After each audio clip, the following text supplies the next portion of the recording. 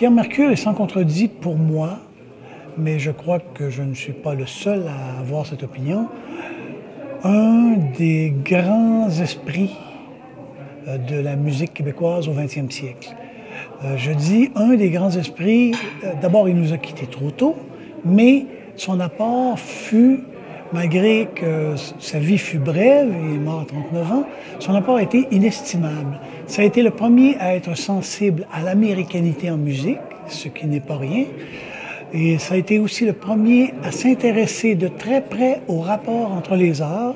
Il a été influencé par le Refus global et ses signataires, mais pas forcément par les écrits du Refus global comme tel, que comme par l'esprit de ces écrits-là.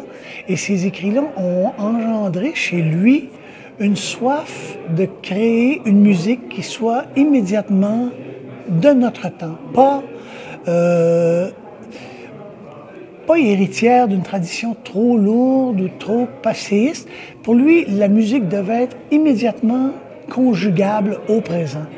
Et à ce compte, il était presque disciple de Marshall McLuhan avant la lettre, puisqu'il a travaillé à la télévision de 52 à 66, si ma mémoire est bonne, et il a été réalisateur d'une des émissions les plus prestigieuses de Radio-Canada, qui s'appelle L'heure du concert.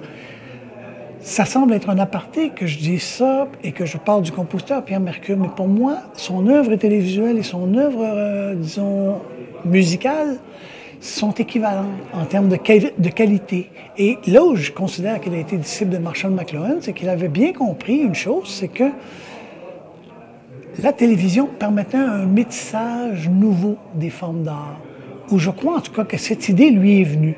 Ça s'est concrétisé d'une façon très claire en 1961 par la Semaine internationale de musique, la Semaine internationale de musique actuelle de Montréal, excusez-moi pour les citations. Donc la Semaine internationale de musique, la Semaine internationale de musique actuelle de Montréal, voilà, en 1961, pour laquelle il avait proposé une éventuelle édition 62 et j'ai lu un entrefilet pour 65.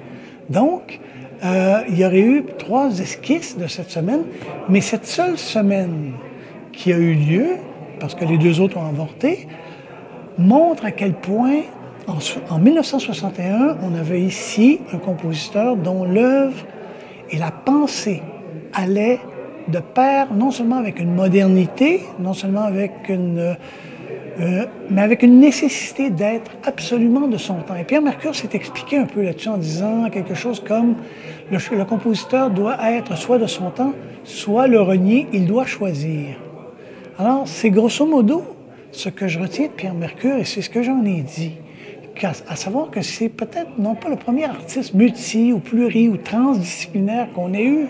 C'est pas de ça dont il est question. C'est la sensibilité à tous les arts et que la musique ne soit pas excluante, mais qu'elle soit incluante, qu'elle puisse incorporer à elle ou travailler en conjonction avec d'autres formes d'art.